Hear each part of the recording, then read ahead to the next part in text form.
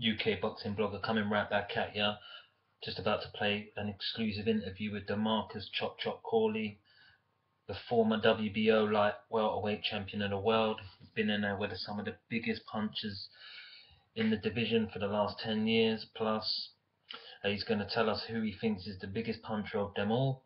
And he also tells us a load of things from his sparring days to how he got his nickname and loads of other exclusive material. Hope you enjoy, guys. Here it is. Corley, how are we today, champ? I'm great. Getting ready to go to the gym in 3 hours. Yeah. So how's training going at the moment? Training's going great. I've got a fight scheduled November 15th at George Mason University in Virginia. Yeah, right. So what's that? Another lightweight fight? Another lightweight, yes. Right. Well, I'll get to that bit at the end because obviously that's a big talking point in boxing at the moment. If we start off about your amateur days, like how was your amateur career? Like what kind of titles did you win? I was the National Golden Glove champion in 1995. I was the only fighter to win the National Golden Gloves from Washington, D.C. that year. And I turned pro in 96 right after that. But I had a great amateur career. I had 119 amateur fights. I won the National Silver Gloves a couple of times. I won the Junior Olympics a couple of times. I just enjoyed the amateur because it was fun getting a chance to travel a lot like you do as a professional, but it's not as much as you did when you was an amateur. Yeah, so obviously you turned pro at 20, was it 22, 21? Yeah, somewhere around there, it's 96. Yeah. So who was your promoter at the time? Who did you turn pro with? My manager was Sugar Ray Leonard when I first turned pro. Wow. What was that experience? My first 4 years I was managed by Sugar Ray Leonard. Wow. What was that experience like? It was a great experience for me. I got a chance to spar with him because he was getting ready for Hector Camacho as he was doing a comeback fight. So I was one of the sparring partners for Sugar Ray Leonard, leading up to that fight. Wow. That's good. That's something I didn't know actually. See, right. So obviously your pro career, you started off with a load of wins. Then you got a little free. Was it a technical draw? What happened in that fight? Against Carew. With who? Was it Dylan Carew? Dylan Carew, yeah. I don't know what the judges saw in that fight. That fight was in Atlantic City. I thought I won the fight, but they said it was a headbutt. And it was in the 4th round, so they called it a draw. So it's quite controversial. Because it didn't complete the 4th round. Right, okay. And I was winning the fight. Yeah, also your first loss was Lujan, wasn't it? And Daniel Lujan? Yeah, in Santa Barbara, California. Yeah, was that? Did you feel you got a bad shake in that fight? Yeah, I felt I got a bad shake because I fought him in his hometown. He was from California, Santa Barbara, and even though I was managed by Sugar Ray Leonard, it was more of he was the home favorite for that fight. Right. Okay. So when you come back from that draw, you seem to from that loss rather, that split decision loss, you went on a bit of a tear. You I think you beat a future opponent and a future world champion, Julio. You got all the way up to your first world title fight against Felix Flores.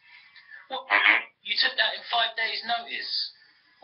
How did that situation come about? Can you talk me through like the days leading up to that offer? What kind of fight were you preparing for? We were in the gym training already, leading up to us signing to fight for Felix Floyd. We wasn't scheduled to fight no one at the time.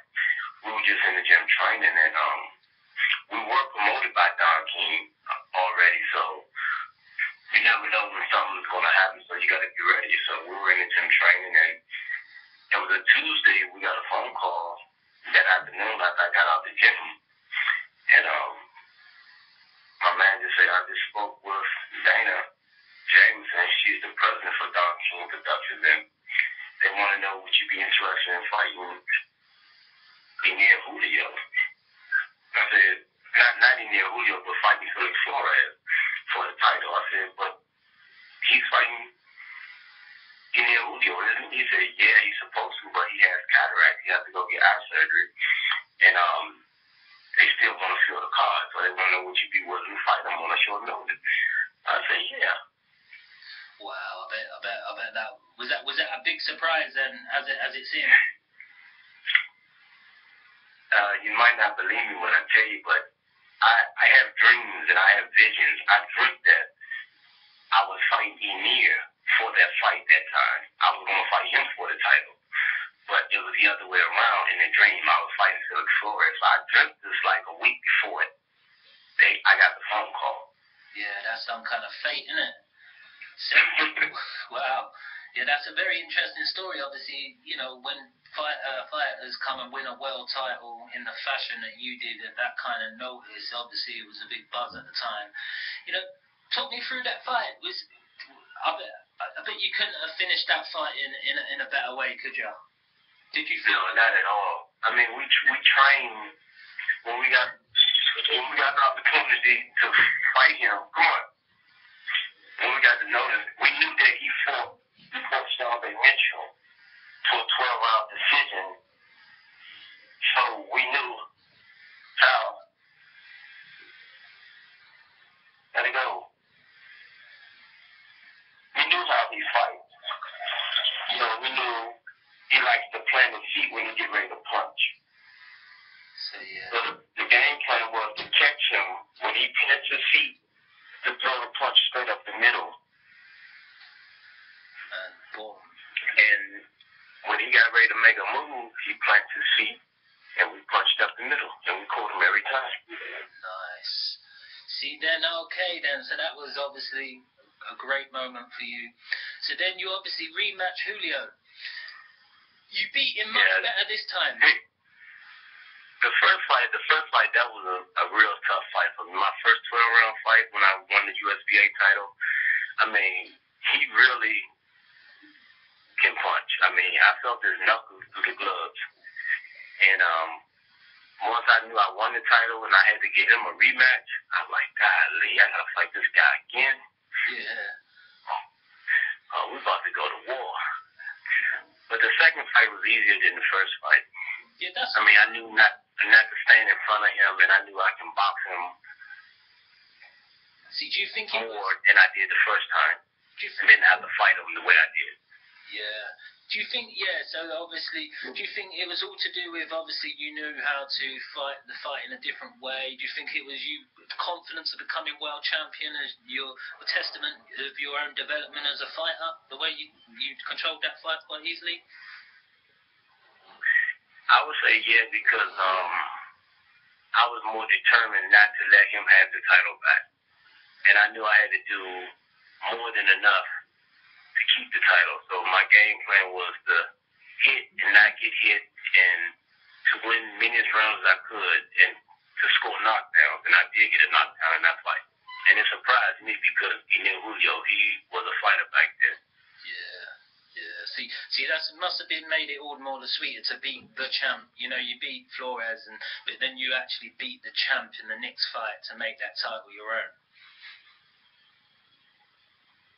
Great feeling. Right, so we move on. So we go on to Randall Bailey. What do you remember about that night? What do you think of your performance that night? It's pretty dominating. I met Randall several years ago when I was in camp with Pernell Whitaker back in 1997. And I seen him in the gym boxing, and he was a outstanding puncher. I mean, I seen him knock guys out in the gym. I'm like, wow, he's a big 140 pounds. I'm like, I'm going to have to fight him one day. But this was before I became champion. So when Don King said we're going to fight Randall Bailey, I was like, okay.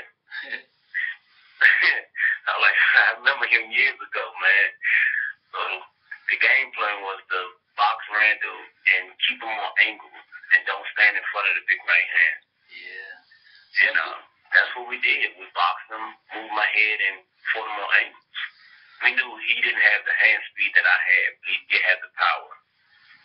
Well, do you know what? I'm going to get to this point later on in the interview, Jam.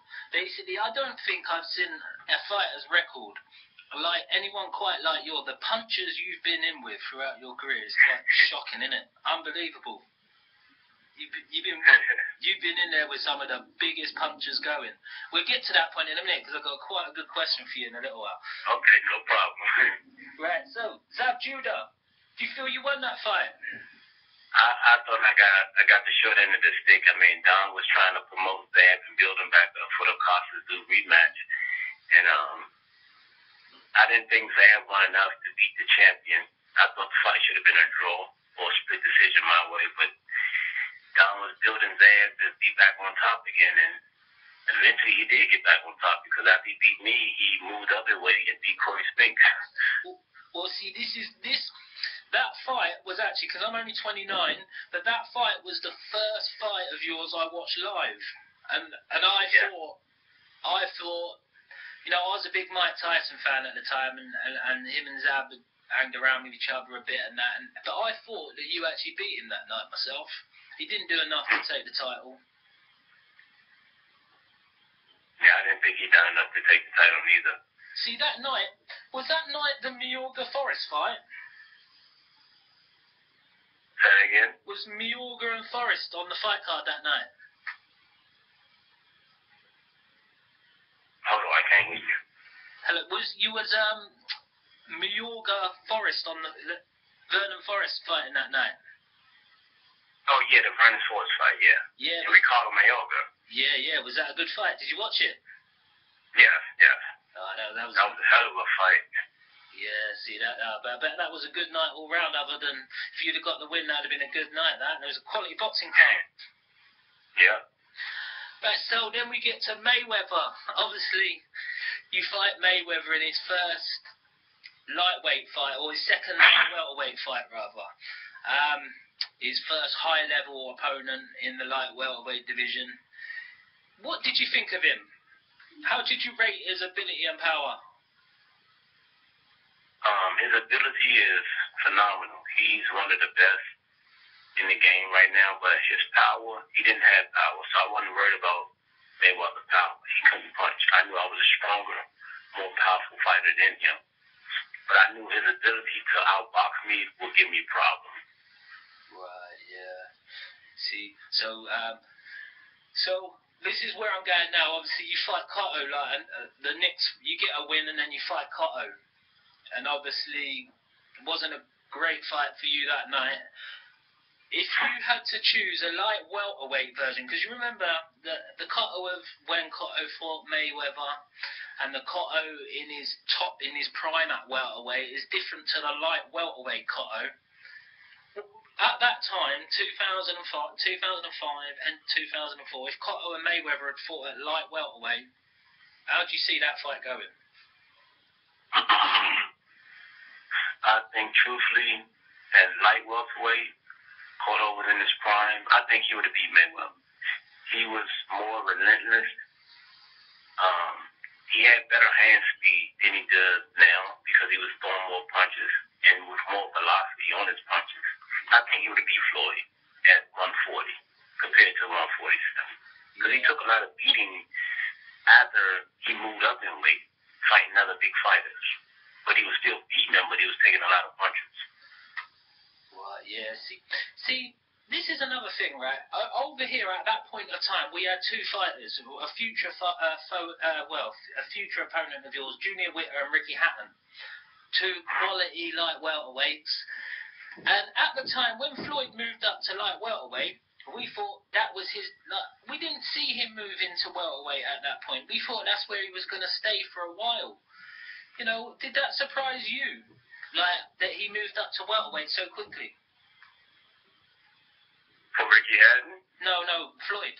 Because obviously, us in the UK were very surprised of the short time that Mayweather stayed in the light welterweight division, considering we had two great UK fighters that we felt were going to fight. Right.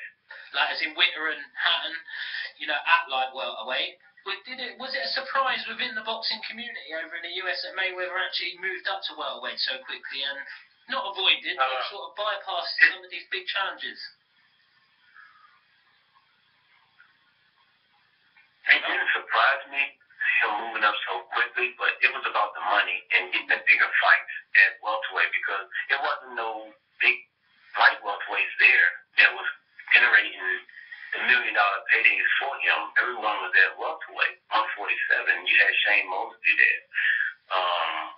Antonio Margarita, he was there. So they were looking at if Floyd move up in weight, they can generate more revenue. Yeah, well, the plan worked when he obviously got to De La Hoya and become a pay-per-view star. Right, yeah. So then, we obviously, do you remember coming over to fight Junior Witter, obviously? Yeah. From me, I have to admit, it was quite not a great fight. It was a very tactical fight. You know, how was your experience over in the UK? And what do you think of Junior Witter? It was a great experience coming over there. I enjoyed it. I would love to come back. I thought Witter had done enough to win the fight. It was in his hometown, in his country, and he had the crowd and the fans behind him. And I thought he done enough to win the fight by split decision. I didn't think it was a unanimous decision. I thought he won by split decision. It was a close fight, very technical. But I thought he done enough to win. Yeah, see, we see it. We did see it like that over here. You know, it was a very, very close fight. It was a good experience having you over here, watching you fight Witter at a time. I'm actually looking. I might be interviewing Junior on Thursday. I'll get his opinion on the fight as well. So we move on to Devon Alexander. You know, how did you rate Devon at the time? You know, he was a up-and-coming light welterweight. You know, how did you think he rated against some of the great fighters that you fought? I thought he did pretty good, but Devon, he was a more speed puncher fighter than a power puncher, and he didn't ball his fist up a lot of times when he made contact. So a lot of his punches were faster, but wasn't hard. But he did have great speed, though. And I knew if he ever got a chance to fight Floyd, that would be a big factor in the fight. His speed matching Floyd's speed. Yeah, styles make fights, you know. It's like, I think they're the kind of fights, actually, you pointing that out, that, you know, Floyd needs to, you know, it would be nice to see Floyd in them kind of fights, you know, where he can, you know, fight people like himself a little bit more often. Mm-hmm.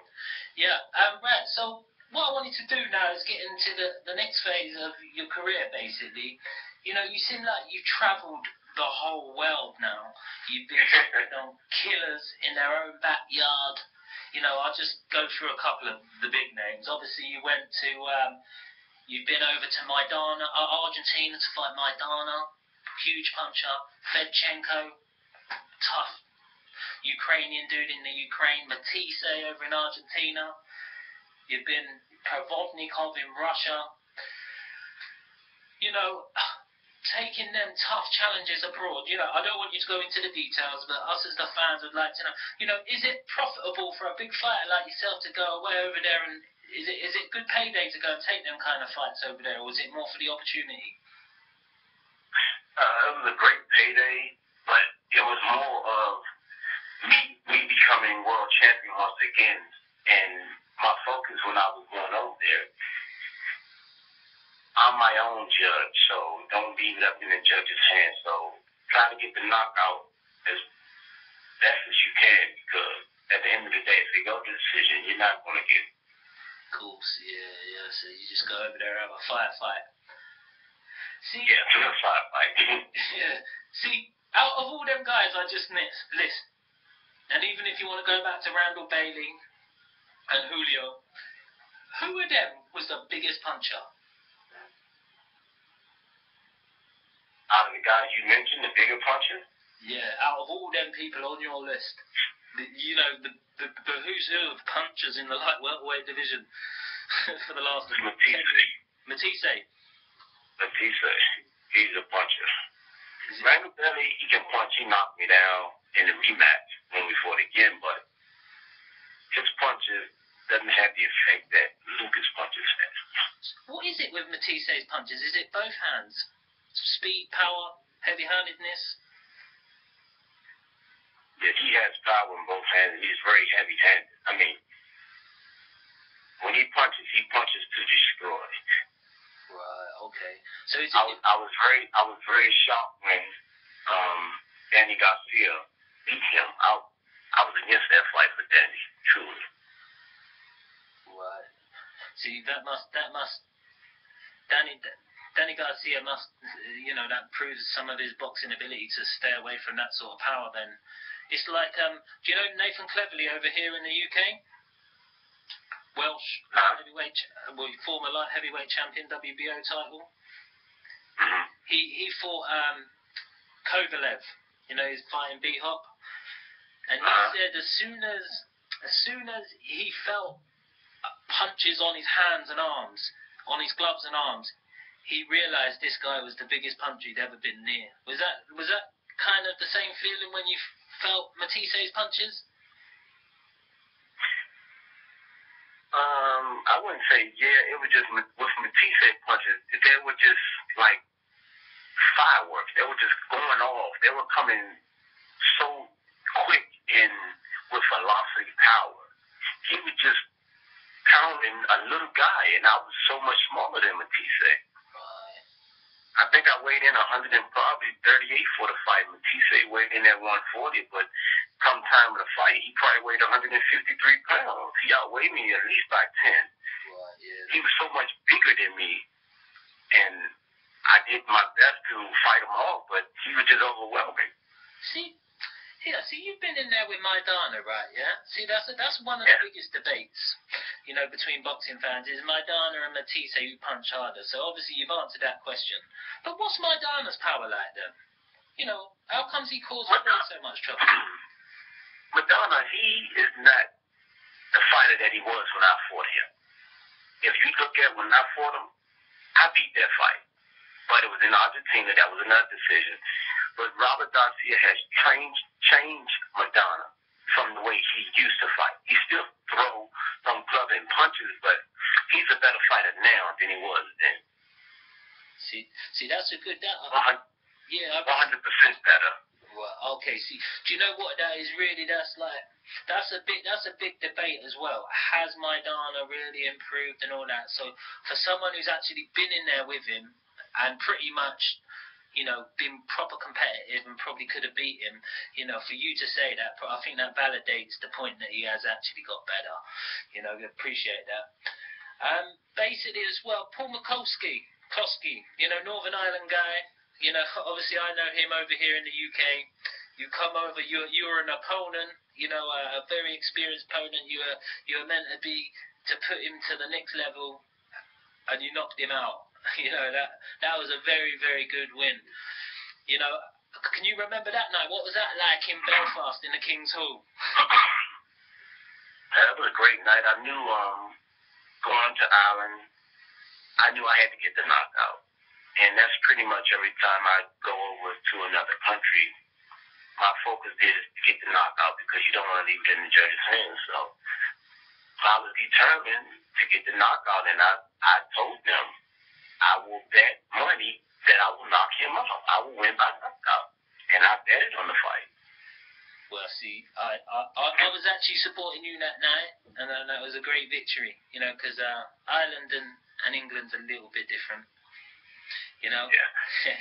But I watched Mikulski fight, and I've seen the mistakes that he likes to make, and he clowns around a little bit when he gets hit. That's it. It's just a matter of time. We got 10 rounds. If I keep touching him, that door's going to open up. Well, to be fair, you and Mikulski, I think different levels really, man. You'll always be a level above the best Paul Mikulski. I think, and I think it showed that night. Right, so basically, we'll move on to now, this is to your lightweight days. Basically, when I first heard when I first heard that you were moving to lightweight, I couldn't believe it. I know you talk about weighing in at 138, 139 and all that. When you see that, and when I heard that in the past, when you weighed in, like the Matisse fight, you think maybe the scales are wrong, or you just mistimed the weight because you were struggling to make the weight. You went too mad. There's all them little factors. But I just don't think I didn't think you were small enough to make that weight, especially at this stage of your career. You know, and talk me through that process. How did you come to that decision? I just look back over my career of me fighting at 140, and you look at the list, and you look at every time I step on a scale, I'm never over 100 and probably 42 pounds. And when I go in the gym and train, I leave the gym 140 pounds, 139 pounds. See, this is before I do my road work, before I start running leading up to the fight. Now I do my road work every day, and I train every day. I walk around 137 pounds. Right. And something I never had to do throughout my 30 years of boxing, I never had to diet. I never been on a diet. No one never told me you got to diet to maintain your weight. I got the name Chop Chop because I like to eat. That's how I got the name Chop Chop. See, I would have thought it's because you chop people up in the ring with your skills. No. I was 10 years old. It was the National Silver Gloves. We were in Nashville, Tennessee. We got there. I got on the scale the night before the fight. I weighed 65 pounds. My trainer said, okay, you got to weigh in tomorrow. I want you to go out. We're going to eat, but I want you to eat light, meaning he wanted me to have a salad and a glass of water. I didn't eat light. I ate out of sight. I put on 10 pounds overnight. I went from 65 pounds to 75 pounds. I had to move up and fight at a different weight class. My trainer said, you chopped that food up last night. You know what? I'm going to call you Chop Chop. That's your boxing name, Chop Chop. Wow. So that's how I got the name Chop Chop. And I had to fight Danny Ramirez, who won the National Golden Gloves that year. And that's the beginning of the Chop Chop story. Wow. So he said, from now on, you're going to have to chop these guys up. See, are you still training down in Vegas with Mayweather, Jeff Mayweather? I'll be back in Vegas in another week. We're leading up for this fight on the 15th, so I'll be in Vegas for the next 3 weeks leading up to this fight, yes. Well, I see a clip on YouTube somewhere where you went into like an MMA cage, like with a belt or something like that. Oh, I went to Michigan, northern Michigan, to be a special guest, and there was an MMA fight going on and a boxing match. Oh, okay. And they had the cage up, and I was being honored award that night. Right. See, that's where this is quite an important question actually, because Jeff Mayweather actually, you know, he trained some MMA fighters. Do you see them? Yeah, I know that now. I found out that when I started working with him. Right. See. Right. So basically, I think he's King Mo, the heavyweight who just lost to Mark Hunt. Well, anyway, he's some high-level guys he actually trains. With MMA now, right? They've got cutting weight down to a science. You know, I did wonder when I see little fits. I thought maybe some of the nutritionists that were involved and all that were the reason for how you were getting down to lightweight, but obviously not. But do you know any MMA fighters? I'm not an MMA fan. I don't follow it, but I don't do no cutting weight. Yeah. I love to eat. Yeah. See, I personally think at lightweight, I think you can go. I think, like I see you say, I think you could win a world title. You know, out of the champs at the moment, who do you think's easier to beat? Easily to beat. The first opponent on the list would be Mickey Bay, who just won the title that he shouldn't have won, but he got a gift. Yeah. He would be first on the list. And after Mickey Bay, I would jump straight to Omar Figueroa. Yeah. See? Because Golden Boy and Al Heyman is protecting this young fighter. Right, yes. See, Terence Crawford, the WBO champion, I would save him for last. Yeah, I'd say he's the best at the moment. Yeah. And Richard Abreu, Yeah. I would take him third, just to keep the work in. See, it's a shame you didn't turn pro a couple of years ago. Go back down to lightweight a couple of years ago. You know, Eddie Hearn and Mathurin might have brought you over for Ricky Burns. That would have been a winnable fight. Yeah, it would have been a great fight. Over in But Scotland. I was still trying to campaign at 140 in and out of the country, trying to win the title. But I just looked at the list and said, I fought all these guys at 140. I'm not a 140-pounder. It's time for me to be on the A side, not the B side. Be the bigger guy. So I said, I'm gonna move down to lightweight, where I'll be on the A side. I'll be the stronger fighter. I may not be the fastest fighter with hand speed, but I'm much stronger than these guys at 135 pounds. And I'm a veteran. I know more than these young fighters know. Yeah, I agree with you. To be fair, I think you can beat all three champs quite easily, in my opinion, if you got the chance. And the biggest fight, the toughest fight would be Terence Crawford. Obviously, he's a bigger guy as well, and that'd be a great fight. So, what promoter are you working with at the moment then? Huh? What promoter are you working with at the moment? Who's going to help you get these? We have no promoter. I'm still a free agent. I'm not with promoter with no one now. Lou DiBella gave me my release last year. I was with Lou DiBella when I fought Paul McCarthy and stuff. So, what's it like? Would not coming over to the UK and working with someone like Eddie Hearn or something be good for your career at this point? I've been trying to contact Eddie Hearn. I can't reach him. I hit him on Twitter. I hit him up by email, but I haven't got no response. Really? Yeah. Okay. Well, we're trying. We're trying. I'll tell you. I'll try and hit him up if I can get somebody to get to him and give him a word for you, because I think he'd love to do some work with you. Well, I would have. It makes sense in a way. Yeah. Right. So, throughout your career, just a couple more questions for you now. Basically, sparring. What names have you sparred around America that the regular fans wouldn't know about? Who I have sparred with? Yeah, like if you were to mention Pacquiao, like Mayweather, even though you fought, just like a few names, like Lara, or people you may have seen. Well, I knew Kell Brooks was going to become world champion. I got a chance to spar with Kell Brooks when he was getting ready for the Devin Alexander fight, but that got canceled. I was in Spain working with him. I worked with Shane Mosley for the Manny Pacquiao fight. I knew Shane Mosley was going to lose because he was so afraid of Manny Pacquiao's power.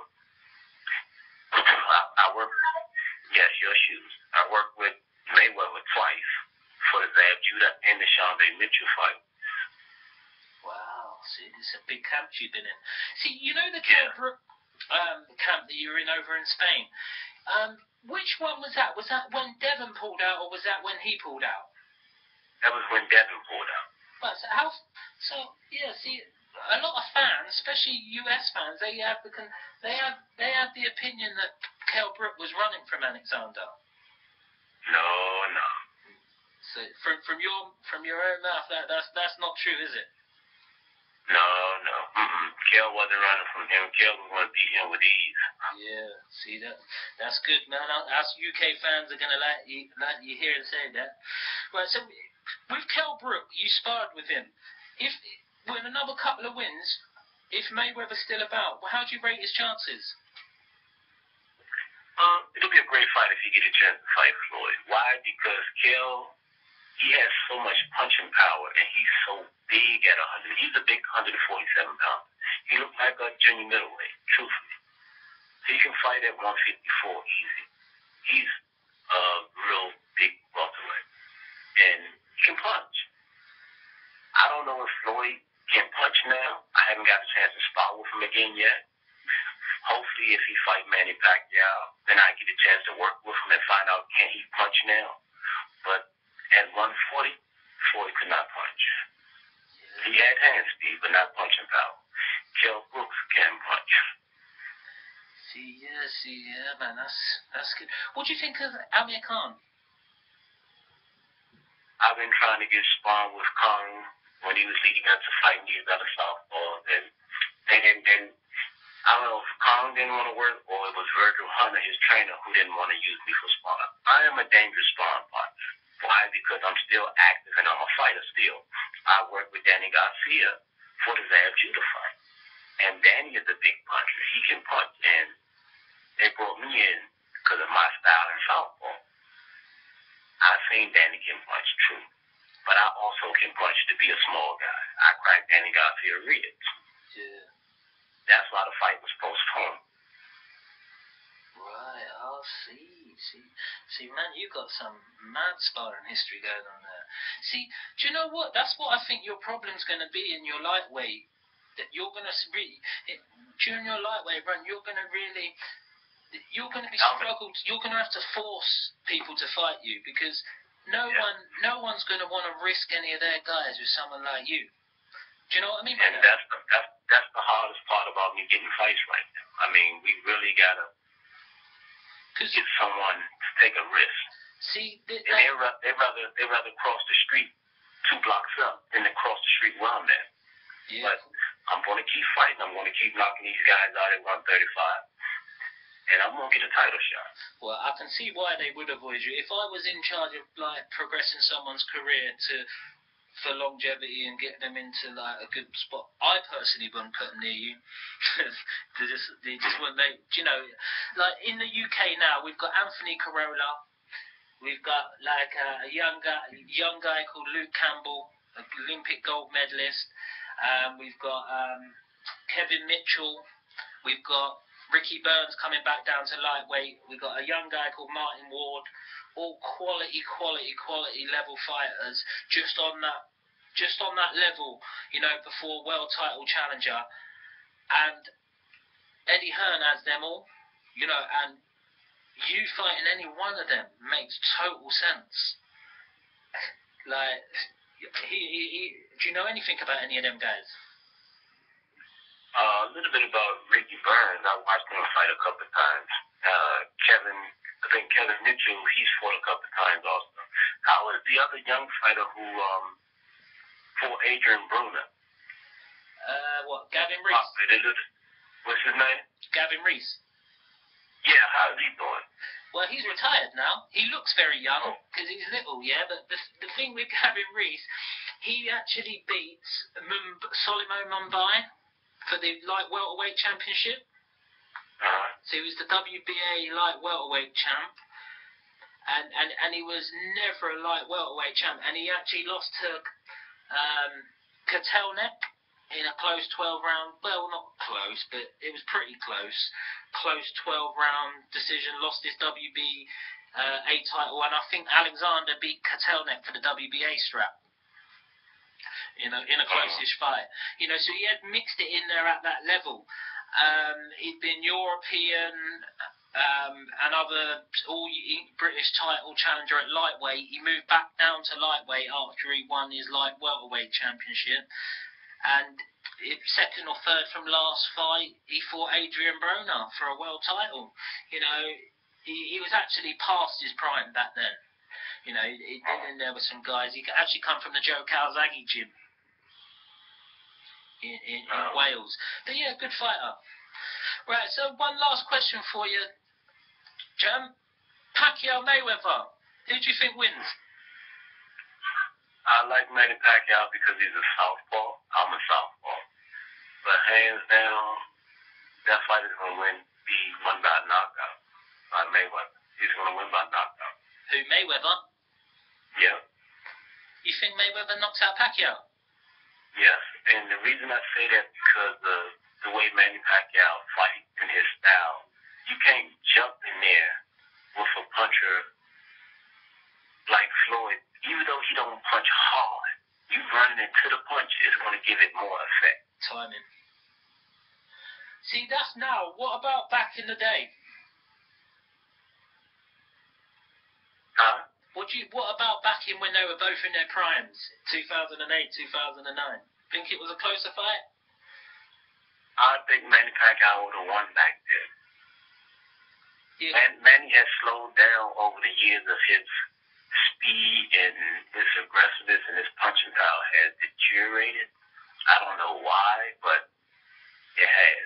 And Floyd has changed his style of way of fighting also. He's fighting more in the pocket where he don't have to. He should just continue to use his boxing ability and his skill to win. You don't have to prove nothing to no one that you can fight, you can take a punch, you can set in the pocket. Prime example, you look at Roy Jones. He wanted to prove that he can set in the pocket and take a punch and got knocked out twice. Back to back. You're doing it for the fans or you're doing it for yourself. Yes, that's true. Do you know what? This has been a great interview. I really appreciate your time.